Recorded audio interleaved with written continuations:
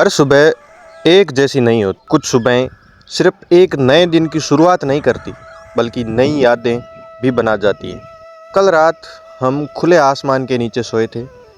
सिर के ऊपर अनगिनत तारे, हल्की ठंडी हवा और चारों तरफ ऐसा सन्नाटा जिसमें सिर्फ प्रकृति की आवाज़ सुनाई देती है। शहरों में लोग शायद ऐसी रातों का अनुभव करने के लिए दूर दूर घूमने जाते होंगे, लेकिन हमारे लिए ये ज़िंदगी का एक सामान्य हिस्सा है। धीरे धीरे सूरज निकलने लगा। उसकी पहली किरण चेहरे पर पड़ी और आँख खुल गई।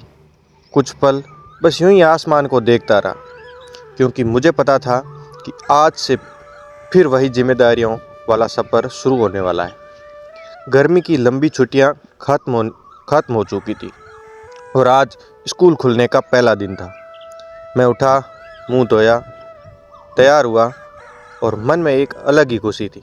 लगभग 1.5 महीने बाद आज फिर से इस बच्चों से मिलने वाला था।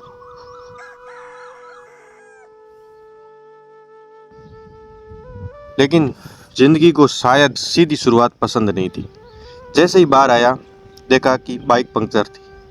पहला दिन, स्कूल जाने की जल्दी और सामने बाइक पंक्चर।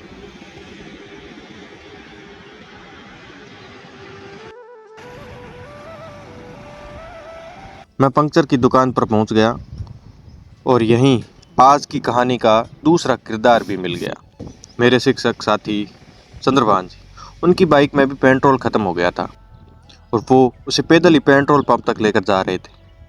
उन्हें देखकर हंसी भी आई और यह भी महसूस हुआ कि शिक्षक की ज़िंदगी सिर्फ किताबों तक सीमित नहीं होती, उसके बाहर भी रोज़ नई कहानियाँ जन्म लेती हैं। कुछ देर बाद मेरी बाइक तैयार हुई और आखिरकार सफ़र शुरू हुआ। मेरी पोस्टिंग जैसलमेर ज़िले के छोटे से गांव भदड़िया में है, लेकिन मैं वहां नहीं रहता। मेरा निवास यहां से 8 किलोमीटर दूर नाचना कस्बे में है।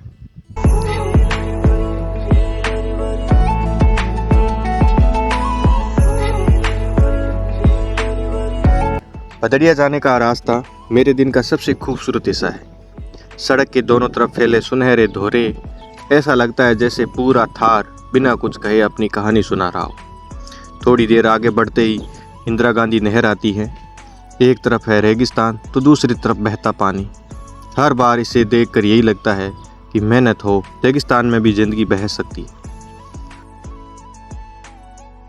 कुछ ही देर में मैं स्कूल पहुंच गया।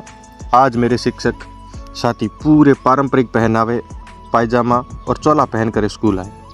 उन्हें देखकर लगा कि आधुनिक समय में भी हमारी संस्कृति पूरी शान से हमारे बीच जिंदा है।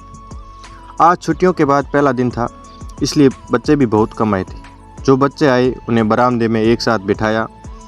आज किताबों से पहले उनकी छुट्टियों की बातें सुनना ज़रूरी था। किसी ने नानी के घर की कहानियाँ सुनाई तो किसी ने खेत की बातें सुनाई और एक बच्चे ने मुस्कुरा कर कहा, सर छुट्टियाँ बहुत जल्दी ख़त्म हो गई। वैसे हमारा स्कूल अक्सर इन मासूम आवाज़ों से गूंजता रहता है।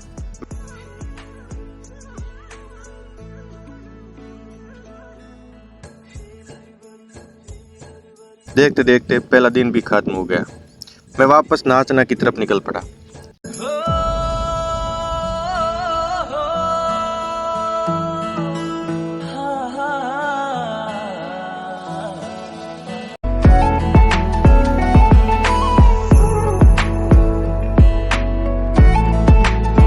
कुछ ही देर में रसोई में हलचल शुरू हो गई। कोई सब्जी बना रहा था, कोई रोटियां सेक रहा था और कुछ ही देर में पूरा कमरा खाने की खुशबू से भर गया।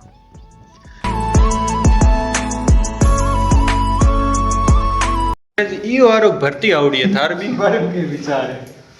किन किन तैयारी करनी चाहिए? ठेका तुम करो स्टार्ट, किताब लाया दिए हम गलत क्यों? तैयारी कई वारो बना आपत के बना गया खासा बना गया के अजय पे मोटा कोई थे पहलो बेंच था कितने तक पहुंचे थे वो जी हैं 11 तक 11 में आए थे तो हां तो करो कौन तैयारी कुल मिला रहा बात है कराओ ई वारो कराओ बेंच स्टार्ट करो इधर करो पे मत रात के गयो ना भाई ना है एड़ा काम को देखो। देखते देखते शाम के 4 बज गए। हमने चाय बनाई, 1 कप चाय और दिन भर की थकान जैसे धीरे धीरे उतरने लगी।